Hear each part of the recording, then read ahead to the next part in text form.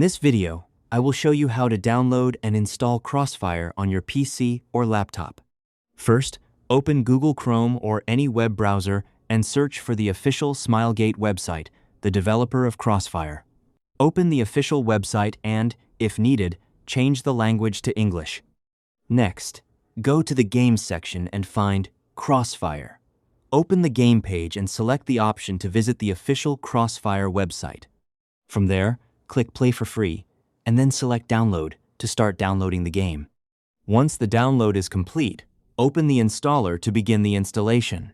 Choose the location where you want to save the game, or keep the default location, and click Next. Wait for the installation to finish. After the installation is complete, open the CrossFire folder and launch the game application.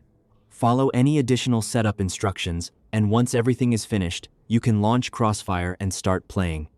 And that's how you can download and install CrossFire on your PC or laptop.